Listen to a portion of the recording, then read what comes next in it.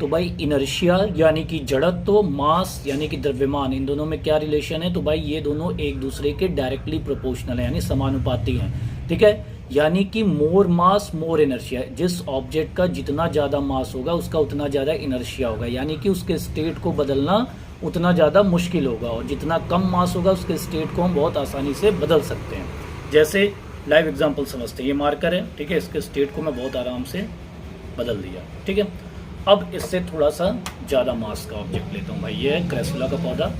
ठीक है, अब देखो इसमें हमको थोड़ा ज़्यादा एफर्ट करना पड़ रहा है इसके स्टेट को बदलने में। ठीक है ना, अब मैं इधर से लेके आता हूँ इससे भी भारी।